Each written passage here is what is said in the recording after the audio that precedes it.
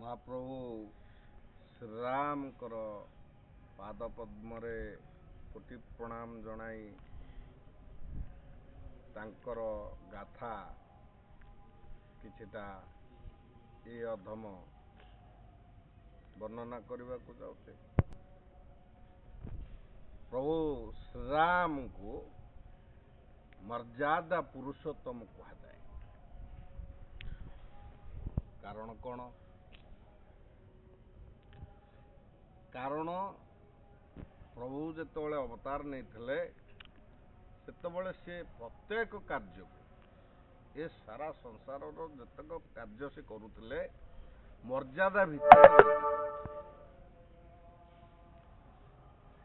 ପ୍ରତି ଜୀବଜନ୍ତୁ ପ୍ରତି ମନୁଷ୍ୟ ନର ନାରୀ ପ୍ରଜା ସମସ୍ତଙ୍କର ମର୍ଯ୍ୟାଦାକୁ ସେ ରକ୍ଷା କରିଥିଲେ। ତତ୍ ସଙ୍ଗେ ସଙ୍ଗେ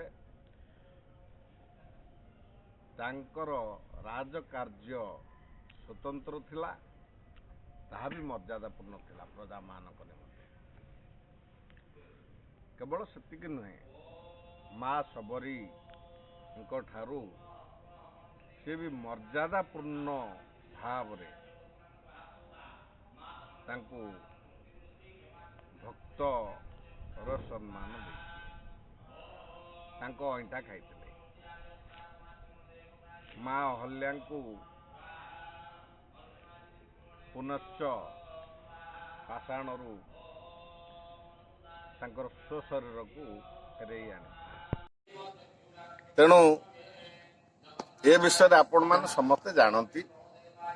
ତେଣୁ କହିବା ବାହୁଲ୍ୟ ହିସାବରେ ଟିକେ ଖାଲି ଏତିକି ମୁଁ ମନେ ପକେଇ ଦେବାକୁ ଚାହେଁ। ମହାପ୍ରଭୁ କେବଳ ଏକମାତ୍ର ପୁରୁଷୋତ୍ତମ।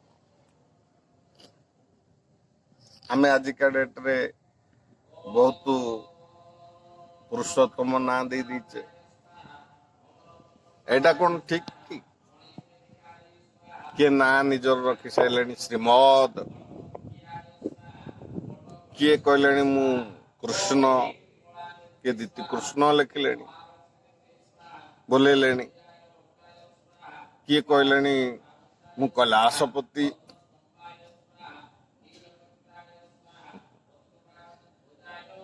ଏଟା ଉଚିତ ସମୟ ଏସବୁ ବିଷୟରେ ଭାବିବା ପାଇଁ, କାହିଁକିନା ସତ୍ୟର ଉନ୍ମୋଚନ ହେବାକୁ ଯାଉଛି। ସତ୍ୟାବଲୋକନ, ସତ୍ୟ ଯୁଗ ଅଲରେଡି ପ୍ରବେଶ କରିସାରିଲେ, ଆଉ ସେ ଚଳିବ ନାହିଁ।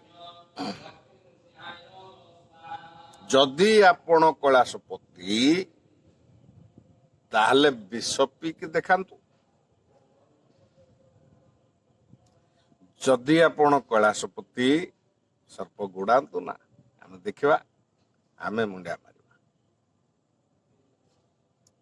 ଯଦି ଆପଣ କୃଷ୍ଣ, ଗନ୍ଧମାର୍ଦ୍ଦନ ଛାଡ଼ନ୍ତୁ।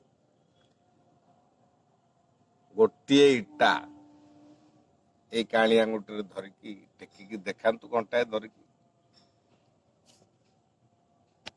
ଯଦି ଆପଣ ପୁରୁଷୋତ୍ତମ, ତାହେଲେ ସାରା ସମାଜରେ ତ ସେଇଭଳି ମର୍ଯ୍ୟାଦାପୂର୍ଣ୍ଣ କାର୍ଯ୍ୟ କରି ରଖିଥିବା ଉଚିତ, ଯାହା ପୁରୁଷୋତ୍ତମ କରିଥିଲେ। ଅବତାର, ଗୋଟିଏ ଅବତାର ଆସୁ, ସେ ୟୁନିକ୍, ତାଙ୍କର ଦ୍ୱିତୀୟ ନାସ୍ତି। ଯଦି ଆପଣ କଳ୍କି, ତାହେଲେ ପୃଥିବୀଟା ଯେତେବେଳେ ଧ୍ୱଂସ ହଉଥିବ ଆପଣ ଟିକେ ରକ୍ଷା କରି ଦେଖିବେ। ତେଣୁ ସମସ୍ତଙ୍କୁ ମୋର କୋଟି ପ୍ରଣାମ। କାହାର ଅନ୍ତରରେ ଆମେ ଏଇଭଳି ମହାନ ପବିତ୍ର ଦିବସରେ ଆଘାତ ଦେବା ପାଇଁ ଆମେ ଚାହୁଁନାହୁଁ କି ଦଉନାହୁଁ ମଧ୍ୟ। କେବଳ ଆମର ଯୋଉ ଚିନ୍ତନ ଶକ୍ତି, ଯୋଉ ଚିନ୍ତାଧାରା, ତାକୁ ପରିବର୍ତ୍ତନ କରିବା ନିମନ୍ତେ କିଛିଟା ପ୍ରଶ୍ନ ଆପଣ ନିଜ ହୃଦୟରେ ଅନୁଭବ କରି ନିଜକୁ ପଚାରନ୍ତୁ, ଏ ଭିତରେ କଣ ଉତ୍ତର? ଶ୍ରୀମଦ ଭାଗବତ ଗୀତା, ଯେ ଶ୍ରୀମଦ ସେ ଭାଗବତ ଗୀତା କହିଥିଲେ।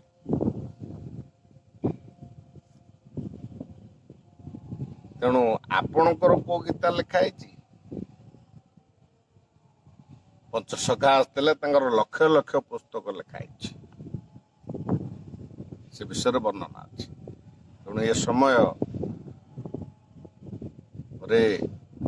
ଆମେ ଭଳି ଯିବା ନାହିଁ ସେ ପ୍ରଭୁଙ୍କ ପାଦ ପଦ୍ମରେ ଆମେ ଲୟ ରଖିବା। ସେଇ ମର୍ଯ୍ୟାଦା ପୁରୁଷୋତ୍ତମଙ୍କୁ ଆଜି ଆମେ ସ୍ତୁତି କରିବା। ତାଙ୍କ ବ୍ୟତୀତ ଦ୍ୱିତୀୟ ନାସ୍ତି। ତାଙ୍କ ସାଥିରେ କିଏ ଆସିଥିଲେ? ବଜରଙ୍ଗ ବାଲି, ବଜ୍ରଙ୍ଗ ପବନ ସୁତ। ସେ କିଏ? ସ୍ୱୟଂ ବିଷ୍ଣୁ ଅବତାରଙ୍କୁ ସାଥ ଦେବା ପାଇଁ ଦେବାଧିଦେବ ମହାଦେବ ଆସିଥିଲେ। ଏକାଦଶ ରୁଦ୍ର ମା ପାର୍ବତୀଙ୍କ ବାସସ୍ଥାନ।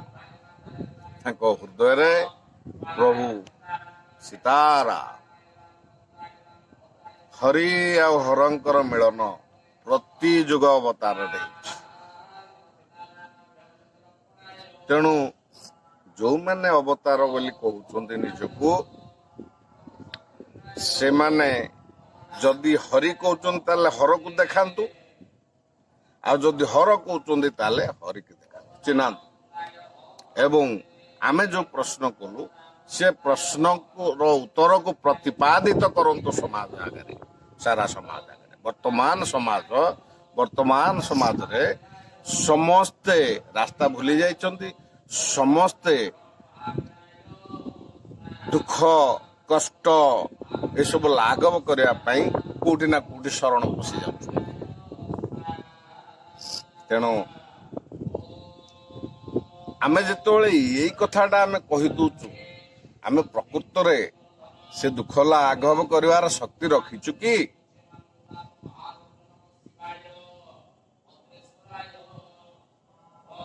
ତେଣୁ ଏ ଯୋଉ ସମୟ ଆସିଛି, ନାଶ କଣ କଣ ନାଶ ହବ ଆମେ କହିବାକୁ ପଡିବ। ଆପଣ ମାନେ ନିଜେ ହୃଦୟଙ୍ଗମ କରିବେ, ଆଖିରେ ଦେଖିବେ, ଅନୁଭବ କରିବେ। ତାପରେ ସେଇଦିନ ପ୍ରତିପାଦିତ ହବ ଯେ କିଏ କୈଳାସପତି ଜନ୍ମ ହେଇଛନ୍ତି, କିଏ କଳ୍କି ଜନ୍ମ ହେଇଛନ୍ତି, କିଏ ପ୍ରଭୁ ରାମଚନ୍ଦ୍ର, କିଏ ଶ୍ରୀମତ୍। ଶ୍ରୀରାମ ଜୟ ରାମ, ଜୟ ଜୟ ରାମ, ସଂକଟ ମୋଚନ ଜୟ ହନୁମାନ। ଶ୍ରୀରାମ ଜୟ ରାମ, ଜୟ ଜୟ ରାମ, ସଂକଟ ମୋଚନ ଜୟ ହନୁମାନ। ଶ୍ରୀରାମ ଜୟ ରାମ, ଜୟ ଜୟ ରାମ, ସଂକଟ ମୋଚନ ଜୟ ହନୁମାନ। ଜୟ ଜୟ ଶ୍ୟାମର ରାମଚନ୍ଦ୍ର କି ଜୟ। ଭକ୍ତ ବନ୍ଧୁ, ଦର୍ଶକ ବନ୍ଧୁ ସମସ୍ତଙ୍କୁ ହାର୍ଦ୍ଦିକ ଶୁଭେଚ୍ଛା, ଶୁଭକାମନା, କୋଟି କୋଟି ପ୍ରଣାମ। ତେଣୁ ଆଜି ଭଳି ପବିତ୍ର ଦିବସରେ ଯେଉଁ କିଛି ବାର୍ତ୍ତା ଆପଣମାନଙ୍କ ପାଇଁ ସୋସିଆଲ ମିଡ଼ିଆରେ ଯାଇଛି, ତାକୁ ଅନୁଶୀଳନ କରିବା ଭାବେ ଆପଣମାନେ ହେଉଛନ୍ତି ଶ୍ରେଷ୍ଠ ବିଚାରକ। ଆପଣମାନଙ୍କର ଶକ୍ତି ଅଛି ସବୁ ଜିନିଷକୁ ଅନୁଭବ କରିବାରେ ଏବଂ ଚିହ୍ନିବାରେ, ଜାଣିବାରେ, ହୃଦୟଙ୍ଗମ କରିବାରେ। ଯଦି ଏ ଉପସ୍ଥାପନଟି ଆପଣଙ୍କୁ ନିହାତି ଭଲ ଲାଗିଥାଏ ତାହେଲେ ନିଶ୍ଚିନ୍ତ ଭାବରେ ଶହ ଶହ ସଂଖ୍ୟାରେ ସେୟାର କରନ୍ତୁ। ଯଦି ଭଲ ପାଇବା ଏ ଅଧମ ପ୍ରତି ରହିଛି ତାହେଲେ ଟିକେ ସବସ୍କ୍ରାଇବ କରିଦିଅନ୍ତୁ ଆଉ ଲାଇକ୍ଟେ ନିଶ୍ଚୟ। ସେ ଲାଇକ୍ରୁ ଆମେ ଆପଣଙ୍କର ଭଲ ପାଇବାଟାକୁ ଅନୁଭବ କରୁ। ଜୟ ଶ୍ରୀରାମ।